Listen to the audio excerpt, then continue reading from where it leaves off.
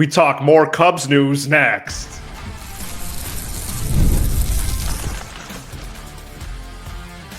You are Locked On Cubs, your daily Chicago Cubs podcast, part of the Locked On Podcast Network, your team every day. You are Locked On Cubs, part of the Locked On Podcast Network, your team every day. Alongside Sam Olber, I'm Matt Cozy. Sam and I are lifelong fans, taking our passion into a discussion with you on all things Cubs. Thank you for being part of the show and making us your first listen today. The best way you can help us grow the show is to listen or watch every day. Subscribe on YouTube. And if you are watching on YouTube, then like the video and comment anything below. Today's episode is presented by Game Time. Download the Game Time app, create an account, use code LOCKEDONMLB for $20 off your first purchase. Cubs and Astros agreed to a trade on Sunday, sending Ryan Pressly to the Cubs for minor league pitcher Juan Bello. Pressly waived his no-trade clause after spending the last 7 years in Houston. This segment will get into some more details on the trade and details of the contract before we get to bench and bullpen targets and possible next moves for the Cubs. Sam, I thought the Cubs got better with a proven option for the back end of the bullpen with Pressly. Yeah, I thought you did a good job yesterday covering it. Appreciate you doing that, by the way. I believe it was June 11th, 1997. Michael Jordan, Game 5 in Utah, known as the flu game, was really about a food poisoning. Gave the Bulls a 3-2 lead in that series. As we sit here, January 27th, I'm having my flu episode here. Look, I'm not a huge fan of Ryan Pressly. You had him in fantasy, right? In a vacuum, yeah. I don't like that where his statistics are trending. I don't like how much activity there was on the bases while he was pitching. However, at $8.5 million, I don't dislike it. I really don't. I was kind of under the impression when these rumors began, it was, hey, maybe it's Pressly at 13 or Robertson at 14 or Pressly at 12 and Jansen at 13, 14. The Cubs did get him at an $8.5 million price. And that matters because, as we're going to talk about in the next segment, that may enable them to sign an additional guy for that bullpen. And when you get into that, you start to ask yourself, okay, would I rather have Robertson or Pressly and one of the other two guys? I'm blanking. Stanek is who I'm thinking of.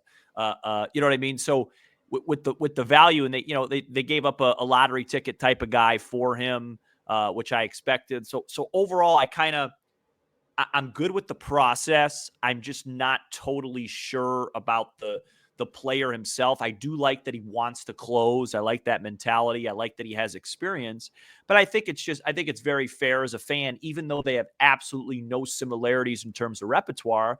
You get a proven guy from Houston that's had a lot of success. And, you look at what happened with Neris last year. You hope the same doesn't happen with Pressly, but overall I'm good with it. And the one thing is I'll give Jed his credit, because at the end of the year, this past year in his postseason presser, he really took the bullpen on the head. Said that was me. It was on me. I should have done a better job. We didn't have enough depth. And I think you can make the case that was the case in 23 as well. And this year now, they go get Morgan. They go trade for Pressly. If they get one more guy, they're at least going to have a lot of quantity. The only question is going to be, of course, will it be quality? Yeah, that is a good question, because we're going to get to some of those candidates later. But yeah, Morgan, Thielbar, Colin Ray, if you want to qualify as a reliever, and now Pressly. Cubs are on the hook for the $8.5 million, like you said, just for 1 year. And seeing how the Cubs are trending and what they're liking or disliking about this market, or just really their motivation overall, this is right up their alley. And this is a lower commitment than Robertson or even a Jansen or Estevez, certainly. Even in this market, maybe Tommy Kahnle and Kyle Finnegan get 2 years. And outside of Tanner Scott, who the Cubs apparently offered 4 years for, I just don't think the Cubs viewed this market highly enough to go multiple years on a reliever. And but certainly, updating my opening day roster projection for Monday's show. I also have a file in there. I'm trying to pull it up right now for the opening day roster itself, and I actually left it untouched from last year. Let me list off the opening day relievers last year, unless you want to guess them. Is this it's insane. If the opening day relievers last year, yeah. If I guess them, can I escape trivia? No. Oh, all right. Well, I'll guess them anyway. It's for the show. I mean, Leiter, Neris, right? Alzolay. Yep. Did Merriweather got hurt before the season, or did he start? No, he started. No, Merriweather's in it, so that's 4. Merriweather's in it. 4 to go. Assad? No, was he starting? He was a starter. Yeah, I don't even remember. My brain's broken. Go ahead. Side armor, Quas. Oh yeah, Jose Quas. Drew Smiley. Quas is not on a team, by the way. Smiley's not on a team. Neris is not on a team. Yeah, Almonte's not on a team. Oh, Almonte. And he's hurt. Last spot, Luke Little got. Wait, Smiley's still not on a team. No. Yeah, that's interesting. Nick Madrigal's not on a team either. And Neris has not been signed? Oh, he is. No. If he had been signed, I would resign. He'll get signed eventually. I just beat up to this point. Okay. It's a bad take. Oh, wow. No, that's a great point. It was a bad bullpen. And some of these guys might not even be in baseball. Wow, that is a really rough group. It's a rough group. And the year before, it was Boxberger and Fulmer. And Boxberger, are either of those guys around baseball? Well, I think Fulmer pitched in AAA for someone last year. Boxberg, I think he's out of the game. I mean, that's wild. Yeah. Mancini out of the game, Hosmer out of the game, VR out of the game. Wow. Great stuff from you. Crazy. So a couple more notes here on Presley. He kept his no trade clause, which is rare for a player that waives it. But contractually, they put that back in. And then Matty Lee, we're the walking wounded here, aren't we? Matty Lee, the Sun-Times, did report Monday, just to clarify that Presley has not been guaranteed the closer job. I know in the gap of the trade being finalized, that was bandied about, but that's apparently not the case. And did you have any thoughts on this prospect? Because a lot of the national guys were saying fringe prospect. He's actually a little better than that, but no thoughts on him. Seems like a fair cost. I want to ask you this: where do you stand on the closer role in terms of, do you believe, because the modern analytics says, hey, whoever your best reliever is, let's just put him in the toughest spot. You know what I mean? I still believe there should be a 9th inning guy. I believe he should get the job, and I think those last 3 outs are always the toughest. What say you on that? Yeah, I think there should be a 9th inning guy. I believe there's a makeup for that person. I believe that person needs to have the confidence for that position, for that role. And I think a defined closer is still a thing in this game. With that being said, I think you're going to see Hodge, even early in the year in the 9th. Really? Yeah, especially if it's, the Cubs are leading by 3 runs or less. Presley pitched the 2 days before. Hodge is going to be the closer that day. Things like that. Oh, yeah, by day. But I still think they're going to give it to Presley to start the year. Oh, I think so, yeah. I think they're going to give him that role. I think so. But Hodge is right below him. Yeah, I agree. But will that change if they add a David Robertson or someone like that? Let's get to some bench and bullpen targets right after this. Today's episode is brought to you by Game Time. Whether it's a Cubs game, comedy show, or a concert, I love going to live events. Now, Game Time has a new feature called Game Time Picks that makes getting tickets for your favorite live events even easier.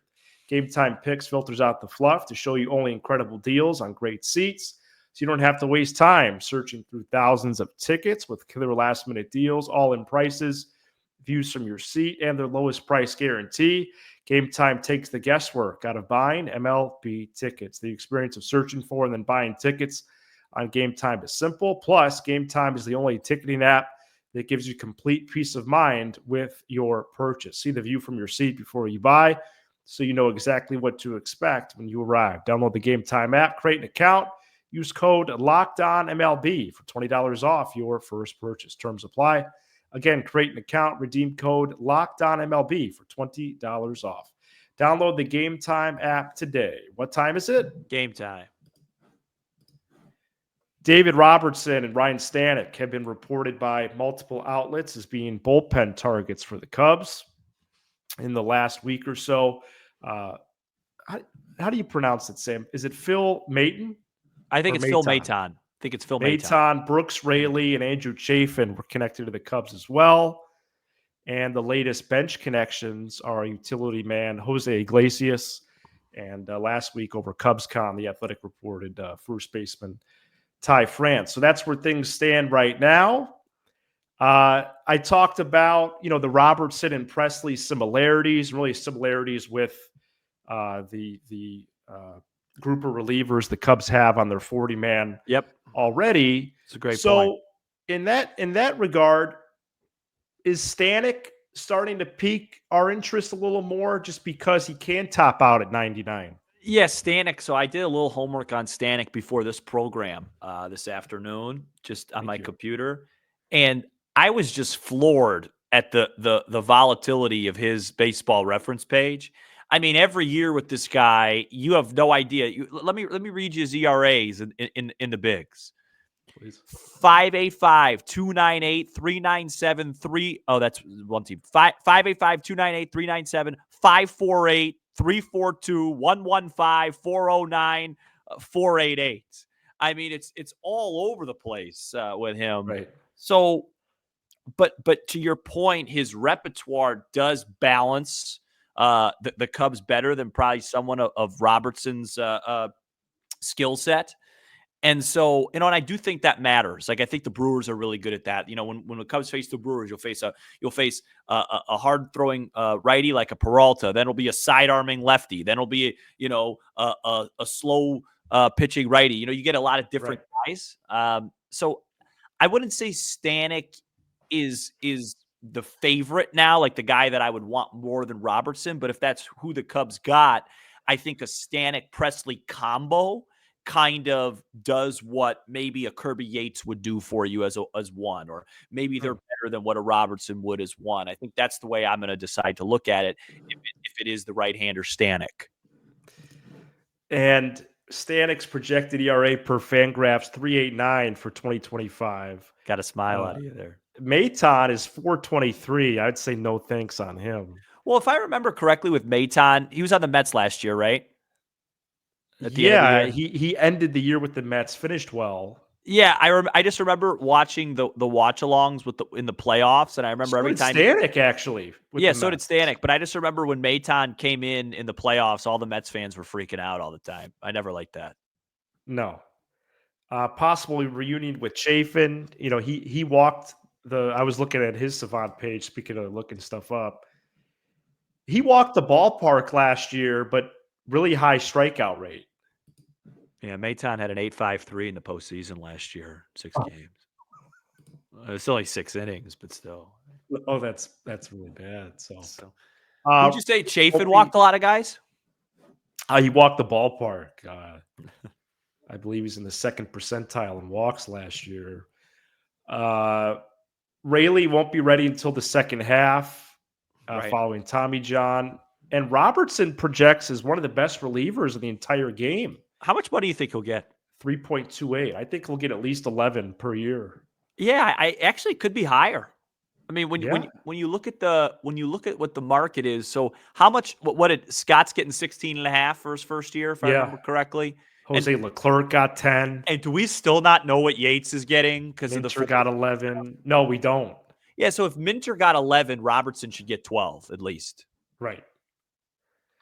Well, so my thing here is, do you think infield help is still a priority despite the Birdie signing? Yes. Because then you start doing some math here.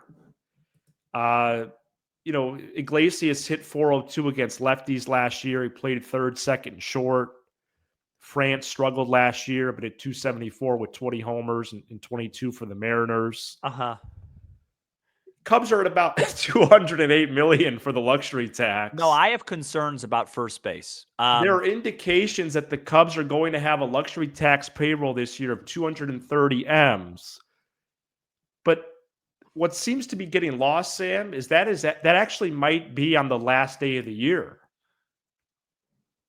which I think it might be. And so if that's the then case, you start the year at like 222 or something. Exactly. So that leaves about 12 million right now to spend for the pen and the bench or something else.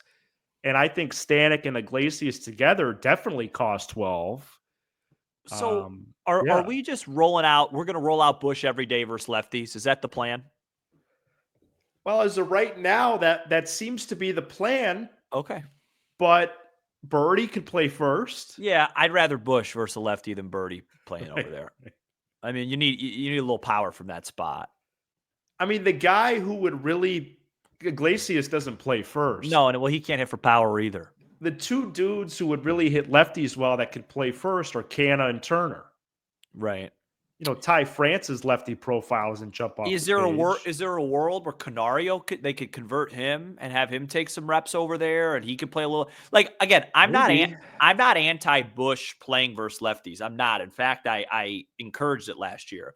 But I think you need, like, I don't trust Michael Bush enough yet to say, first of all, you know, injuries happen, right?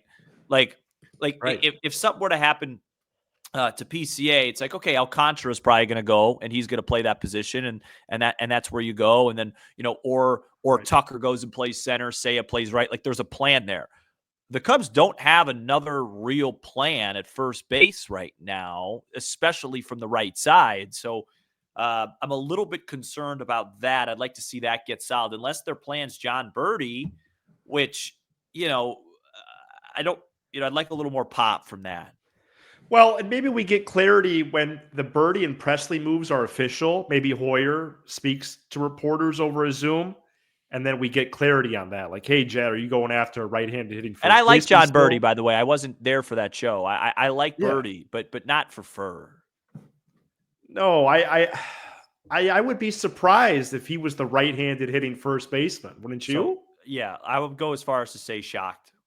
So it's going to be Turner, Canna, France. Or they could convert someone internally. Right. Yeah, the Canario idea is intriguing, but is it? Not really. Okay. I don't think he's put on a first baseman's mitt before. Yeah. He's out of options. And you know my theory. One of my least favorite sayings in baseball is, well, anybody can play first. It's a lot harder of a position than people realize. Well, and what if? And by the way, just to talk about Canario for a second. I look bad, don't I? No, not as bad as I thought. Okay. That really makes me feel better. I've gotten worse, but somebody. You know what I was thinking today, though? Man, am I lonely. Go ahead. Thinking about bench options. What if?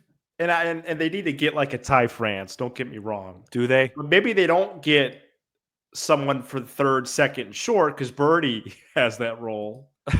Don't make me laugh. My stomach. What are your thoughts on the Cubs getting a clear fourth or fifth outfielder, a clear backup center fielder, and like a Harrison Bader?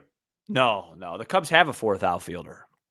Right. So you're confident Canario having that role? Well, Canario plus Alcantara plus Suzuki, one of those. Right. Plus Casey. Yeah, one of those guys could play outfield for a month or two. And can we move on from Ty France? Is that really is that a real thing? That's real. Sahadev put that in his notes. Oh man, he really struggled. Mark didn't he? Canna and Justin Turner have not officially been connected to the Cubs. That's all been show and website fodder. His OPS last year was 670. No, he struggled mightily last year, but hit 22 long balls in 2022, I believe it was. He hit 20. I mean, he hit 20 and 22. That's 3 years ago. Well, I'm just giving you the stats. So. 3 years ago, I was doing some work on the bench press. I think no matter who they get, after these next two major league moves, if it happens, I think it will, I just think we'll see a clearer, more final picture of the roster, don't you? Yes. So 2 moves. When are those going to happen? No idea. Mhm. I don't think they're imminent. But we'll have to wait and see. All right, coming up next, we finish with some trivia. Are you down for that? I'm going to do my best. All right, stay tuned. We're back here on Locked On Cubs. Thanks for being with us here for a Tuesday episode. And the Cubs got Ryan Pressly from the Astros over the weekend. Mm-hmm. Oh, boy. Immediately becomes the closer, at least on paper. And in front of me, Sam, I have the top 5 saves leaders in a single season for the Cubs since 2003. Oh, since 2003. I was about to go. That might be a hint itself. I was about to go right towards Lee Smith. No, just since 2003. Joe Borowski. Right. Ryan Dempster. Right. That's 2 of the 5. Wade Davis. Ooh, no. Okay. He was the last one to get 30 saves, though. Okay. A little bit less than these gentlemen. Is Marmol on there? Yeah, twice. So, 2 more people. Okay. Is Kerry Wood on there? Yeah. Kid K. Missing 1. I would really not like a hint. Well, no, you're going through this quick. I'll give you some time. Please. This is trivia. Yeah. Go Cubs. Just trying to think. LaTroy Hawkins? No. Okay. Good guess. No, you don't have to say. You don't have to patronize me. I I got it wrong. You, yeah. It wasn't a good guess. Even if you're sick, I don't have to patronize you. No. I'm just trying to think. Borowski. Right. I feel like I'm missing an obvious one. Or am I just hit my head? No, not in it. not Okay. obvious. Not obvious. Okay. Rick Aguilera was earlier. Jeff Facero was earlier. Rod Beck was earlier. Right.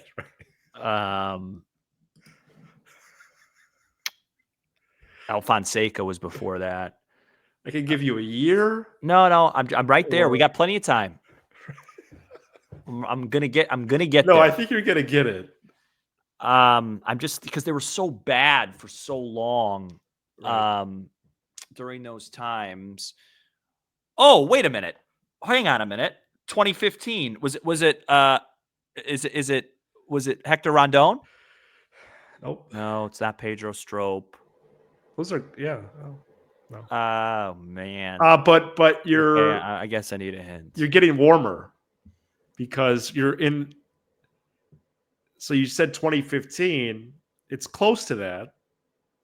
So 16, they got Nope, Chapman other way, halfway through. other Yeah, way, so other 4, way. so 4. Yeah, who was their closer in 14? 2013. Oh, they lost 1 billion games that year. 2013. This man saved 33 games. When I hear this, I'm going to be so mad. Don't give it to me yet. Yeah. Oh boy. Oh man, I forgot how they acquired this player. It's illness. Fight through this, Sam. Come on. I watched so much of the 2013 Cubs. This is so embarrassing. All right, give me a hint. Give me another hint. I can't have you tell me this. It's going to bother me so much. Glasses. Kevin Gregg had 33 saves. He was the first guy that I thought of, and I said, "There's no way it could be Kevin Gregg." How many saves did he blow that year? I literally thought about Kevin Gregg, but all I thought about was the beginning of the season. He must have blown it. No, I'm pulling up his numbers now. No, that can't be right. It is. Look up this number. You look up his numbers then. Kevin Gregg, he ended the year that year with a 3.48. All I remember him was blowing save after save after save. Yeah. Oh man, how many blown saves did he have? It doesn't say on Baseball Reference. I got to look at this. This can't be right. He had 30. Do you see the 33 saves? No, yet? I saw it. Hold on. Didn't they sign him in like spring training? Hold on, I got to look at this. He was a late signing, if I remember right. There's no way it was him. And I literally, I was like, I'm not even going to guess Kevin Gregg. That's embarrassing. That's what I thought to myself. I believe you. Yeah. Hold on. There's got to be blown saves in here. Saves. Hold here. Blown saves. He was 33 for 38. He had 5 blown saves. I need people in the comments. Am I the only one that remembers that era is not that good with Kevin Gregg? Right. I remember everything being an adventure, and it was a big not, surprise, right? It was not steady. Oh, I'm ashamed. Going back to bed. Thank you so much for checking out this edition of Locked On Cubs. You give us 20 to 30 minutes. Oh, this is We'll horrible. give you a laugh or two along the way. Maybe I should have done the show solo. 25 is just off to a bad start. Be sure to hit subscribe to our channel on YouTube. Kevin Gregg. Or leave a 5-star review wherever you're listening. All right. The plan right now is to be back Friday, pending breaking news. He's Sam Olber. I'm Matt Cozy. This is Locked On Cubs. See ya.